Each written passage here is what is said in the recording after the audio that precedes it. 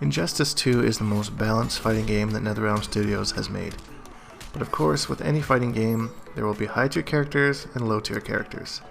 The characters you see in this video may not be completely unviable, but unfortunately there always is a tier list. I'm going to break down my 5 worst characters in Injustice 2, and I should mention this is strictly gameplay related and nothing to do with lore. So let's get started. Number 5 is the Joker. Although a setup character, you can find your way out of most of his setups by using a wake-up attack or a tech roll.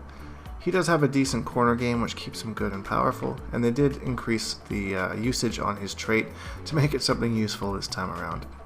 However, he still struggles against some of the top zoners in the game, making him my number 5 pick. Number 4 is Captain Cold. A paper character, when you look at everything he has, it seems like he might be very good. But when you try and put everything together, they just don't complement each other well. His trait is a useful tool, but it just takes too long to build in a game where there's just so much zoning and full screen presence. So that's why Captain Cold ends up on number 4 on my list. Coming in at number 3 is Blue Beetle. Another paper character. He looks like he should do alright, but no one's been able to make anything work with him. His trait when it's out allows for some interesting mix-ups, but his overall combos for any amount of damage takes a level of execution that is just way above average for how much damage the combos do. Blue Beetle comes in at number 3 on my list.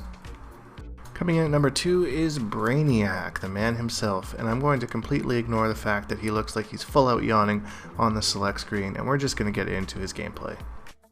Most of his strings are highly unsafe. He's kind of a slow startup type character.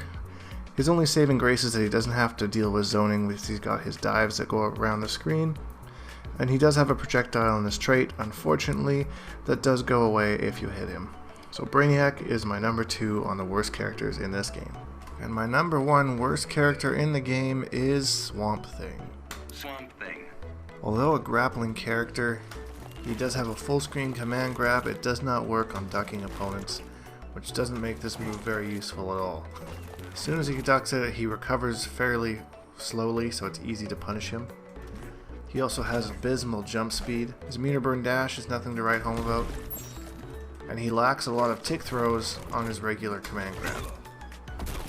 Couple that with the fact that he has a 30 frame overhead, as opposed to most characters in the game having quicker options.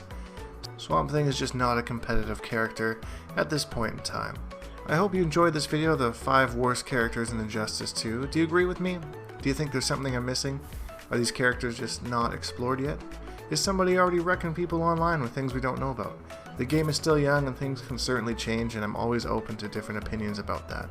Please leave a like on the video or a dislike, depending on which one you agree with. And make sure to subscribe because we make videos every single day to help you out and be the better Injustice 2 player. Hashtag Bonehawks and all that stuff, and we'll see all you guys in the next video.